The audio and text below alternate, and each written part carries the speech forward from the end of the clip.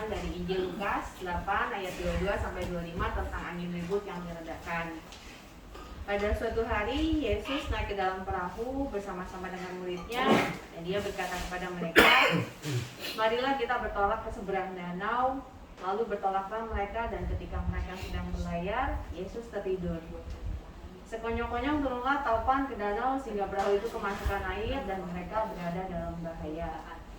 Maka datanglah murid-muridnya membangunkan dia, katanya, "Guru, guru, kita binasa." Ia pun bangun lalu menghardik angin dan air yang mengamuk itu, dan angin air itu menjadi reda dan danau itu pun menjadi teduh. Lalu katanya kepada mereka, "Di manakah kepercayaanmu?" Maka takutlah mereka dan heran.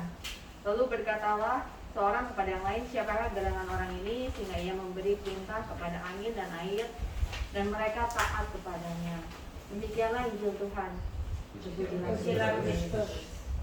Pada saat itu murid-murid Yesus mengalami taupan di danau. Mereka pasti merasa ketakutan karena perahu mereka sampai kemasukan air. Apalagi sebagai nelayan mereka mengetahui bahwa apabila perahu mereka terus kemasukan air, perahu itu akan tenggelam dan mereka berada di dalam bahaya. Pada saat genting seperti itu mereka panik lalu membangunkan Yesus. Ketika Yesus terbangun, dia membuat angin dan air yang mengamuk menjadi reda. Lalu Yesus berkata kepada murid-muridnya, "Di manakah kepercayaanmu?" Di sana murid-muridnya melihat mujizat yang telah dilakukan Yesus. Mereka menjadi takut dan heran dan bertanya-tanya siapakah sebenarnya Yesus karena angin dan air taat kepadanya. Hal ini sebenarnya sama seperti kita manusia yang terkadang dalam kehidupan kita, ketika hidup kita baik-baik saja, kita cenderung bersikap santai dan kadang mungkin cuek terhadap Tuhan yang ada di dalam diri kita. Dan bahkan mungkin kadang-kadang karena kesibukan kita, karena kita selalu fokus akan pekerjaan dan yang lain-lain, kita lupa bahwa dia ada dalam kehidupan kita. Tetapi terkadang ketika kita dihadapkan oleh masalah-masalah yang ada di dalam kehidupan kita, kita baru ingat akan Tuhan, kita baru mencari akan Tuhan. Lalu otomatis doanya jadi lebih kencang. Misalnya doanya Rosari ini jadi lebih kencang, 2-3 Novena sama Maria dari 3 hari menjadi 7 hari, atau yang lainnya. Dan yang mungkin yang tadinya malas ke gereja jadi rajin ke gereja, malas baca firman jadi lebih rajin baca firman.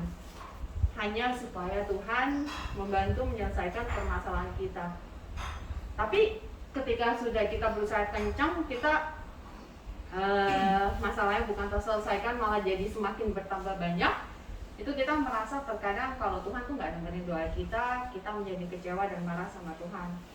Padahal sesungguhnya menurut Yesaya 59 ayat 1, sesungguhnya tangan Tuhan tidak kurang panjang untuk menyelamatkan dan pendengarannya tidak kurang tajam untuk mendengar. Jadi Tuhan itu sungguh mendengarkan doa-doa kita, cuman terkadang jawaban doa dari Dia berbeda dengan apa yang kita inginkan. Dulu saya sering berdoa meminta mujizat dari Tuhan, tapi saya lupa kalau Tuhan membuat mujizat pasti ada masalah. Nah, tahun 2021 sampai sekarang ini merupakan tahun ujian nasional buat saya.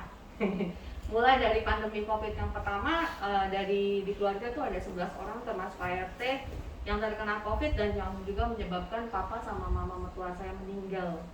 Sampai ekonomi keluarga juga terkena karena ada pinjaman hutang di bank yang harus dibayar karena atas nama mama mertua. Jadi harus dibalikin uangnya, sedangkan uangnya nggak ada, jumlahnya besar sekali. Nah, singkat cerita, kami menjual tempat usaha kami sekaligus tempat tinggal kami, dan uangnya kami pakai untuk membayar hutang, sekaligus memberi tempat tinggal usaha yang baru yang sampai sekarang masih dibangun, belum jadi.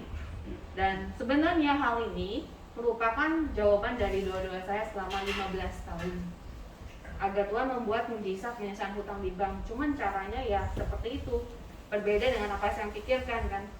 Karena untuk mendapatkan uang untuk menutupi hutang di bank, saya harus melalui proses yang panjang untuk mendapatkan kepenuhan pembayaran dalam waktu 8 bulan. Akhirnya selesai juga pembayaran rumah kami. Karena yang membeli tempat kami adalah seorang mafia tanah, tapi puji Tuhan hal ini sudah selesai. Dan Salah satu yang menjadi kewajiban kami ketika kami menjual tempat adalah kami harus mengganti belangko dari sertifikat kami dan balik nama waris. Pada saat itu notaris yang kami pakai nggak bekerja dengan baik, jadi seakan-akan dia tuh menahan dokumen kami supaya penyelesaian kewajiban kami kepada pembeli nggak dapat terpenuhi. Akhirnya kami menarik dokumen kami kembali setelah selesai balik nama waris untuk lanjut proses ganti belangko sendiri. Dan saya berusaha menemukan notaris untuk menanyakan apakah bisa membantu ganti belangko dalam waktu yang cepat. Tapi rata-rata jawaban mereka bisa, tapi harganya cukup fantastis. Sampai saya menemukan satu notaris yang mengatakan, ibu kenapa nggak coba urus sendiri di BPN? Kalau urus sendiri harganya jadi lebih murah. Dan apa yang ibu notaris katakan ini juga disampaikan oleh teman gereja saya. Akhirnya saya ditemani teman ini untuk pergi ke BPN, dan pada saat di BPN kami menemukan bahwa biaya urus ganti belangko yang resmi itu sangat murah sekali, cuma berapa ratus ribu. Tapi yang ditawarkan oleh notaris puluhan juta.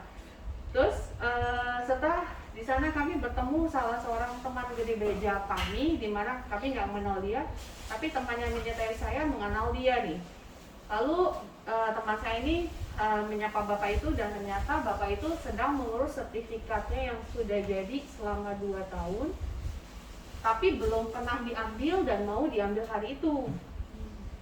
Lalu saya bertanya, bapak dibantu siapa untuk mengurus sertifikat? Lalu bapak itu kasih saya nomor telepon sama nama orangnya untuk membantu kami. Di situ pada saat itu saya senang sekali karena tadinya bingung mau ngurus sertifikat ini gimana gitu kan. Tapi Tuhan mengirimkan orang dari gereja yang sama, yang sertifikatnya udah selesai 2 tahun, tapi khusus untuk membantu saya, dia datang pada hari itu. Itu kayak seperti mujizat gitu loh.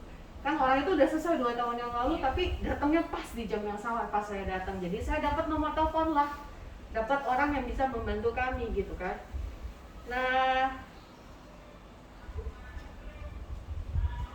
hal ini secara spesial berarti Tuhan mengutus dia untuk datang masa untuk membantu saya. Jadi sesungguhnya ketika kita menghadapi masalah, Tuhan ada tetap bersama kita, dan pertolongan Tuhan tetap ada. Terkadang kita cenderung menjadi takut dan panik ketika ada masalah yang tidak bisa kita handle, tapi sesungguhnya kita harus sadar bahwa Tuhan ada bersama dengan kita, dan kita harus tetap tenang dalam menghadapi masalah, serta kita harus berdoa, melibatkan dan mengandalkan Tuhan. Firman Tuhan menjadi sumber kekuatan bagi kita dalam menghadapi masalah. Kalau kita sudah melakukan semua itu, apakah serta-merta masalah kita simsalabim menjadi lenyap? Ya enggak juga. Tapi ketika Tuhan campur tangan, maka beban masalah kita akan terlihat akan menjadi lebih ringan, kita akan menjadi lebih tenang dan damai, maka jalan keluar lebih jelas terlihat. Kalau di sini ada yang belum pernah menghadapi masalah, boleh angkat tangannya. Gak ada ya? Puji Tuhan. Berarti berbahagialah kita semua masih hidup. Bagi kita semua yang sedang menghadapi masalah, percayalah pertolongan Tuhan tetap ada, indah tepat pada waktunya. Terima kasih. Amin.